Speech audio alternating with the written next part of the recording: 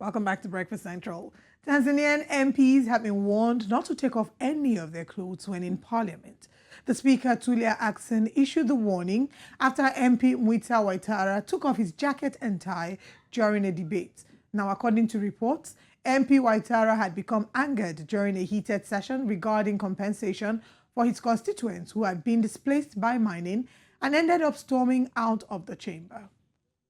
Now, Ms. Ackson was not bothered about the manner of his leaving, but by the breach of parliamentary dress code, which requires the formal wear in the chamber.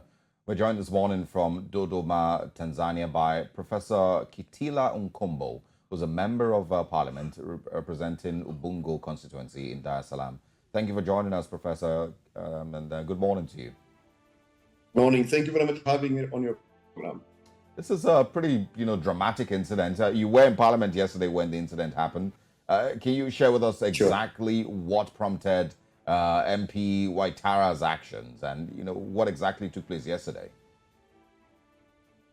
Honorable Waitara's action was prompted by not being satisfied with the response that was given by the minister regarding his question about his people in his constituency where they are being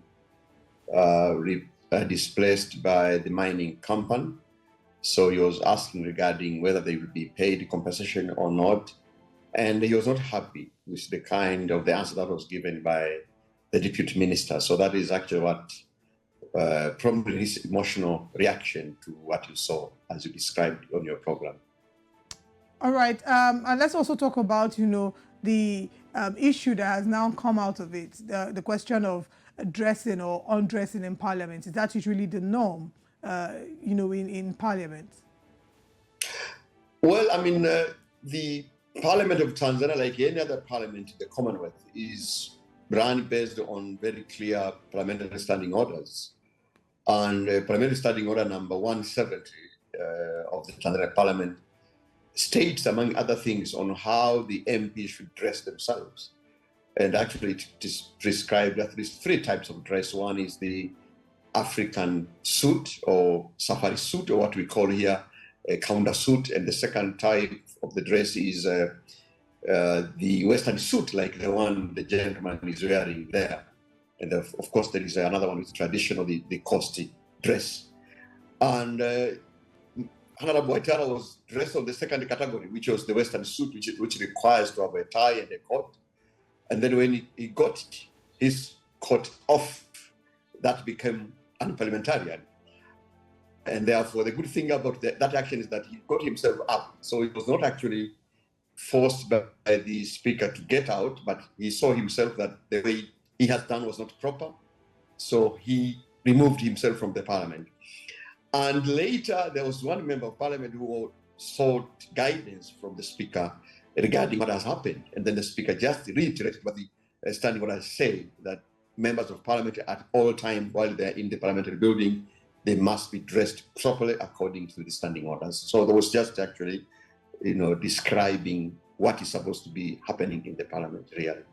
Is this maybe a regular way of expressing discomfort or discontent in Tanzania by taking your clothes off? And, that's one question. And then another thing is, does this distract from the main conversation that Waitara was having? Will that still be focused on? Will the Tanzanian parliament still have time to actually focus on that, aside his undressing? Well, I would not say it is common, but every member of parliament has his or her own way of expressing the anger, the pain from his members of the constituency. And in this regard, this matter, yes, briefly, it did somehow disrupt the ongoing business in the parliament. But once the guidance was sought from the speaker explained, he warned Mr. Waitara, and he cautioned other members of parliament that please behave according to standing orders. And therefore, that matter, on that particular instance, was concluded and closed. So there will be no more discussion about this particular incident unless another one happens. So that was concluded. And I will not say really it was too dramatic. It was dramatic, but not very dramatic to the extent of actually disrupting the House business. Okay, I also want to talk about the Tanzanian parliament generally. What is the approval rating? What would you say is the approval rating from the people towards the parliament? Do the people in Tanzania believe that they are properly represented, and they have the back of the parliament, and the parliamentary members speak what they really feel? We recently had an opinion poll conducted in this country regarding the type of institutions that people will turn to when they have problems. Parliament was one of the institutions that was quite highly rated. I think not the first one, the second one, but it was reasonably quite highly rated, just like any other countries. The second indicator in terms of approval is the fact that at the moment, during this budget parliamentary session, so many people are following up what is going on in the parliament and the discussion. I mean, parliamentary debates have become a center and a source of discussion in the public. What the public is discussing now in the street, in the corners, in different sections in the society, is mainly informed with what is happening in the parliament.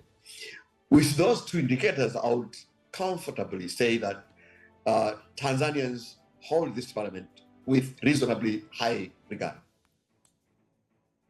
All right. I mean, there's so many, layers to this conversation, and we're hoping that we can have you join us again to explore further conversations. We wish the people of Tanzania all the best, and we hope that the parliament has more successful and productive sittings. Thank you for joining us. My pleasure. Thank you very much. Thank you very much.